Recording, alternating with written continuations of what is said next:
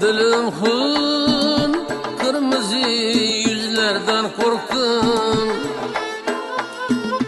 Gülge yüzmekini gizlerden korktum. Gülge yüzmekini gizlerden korktum. Adamlar korkarlar yaman gözlerden, ben ise şu yakşı gözlerden korktum, gözlerden korktum.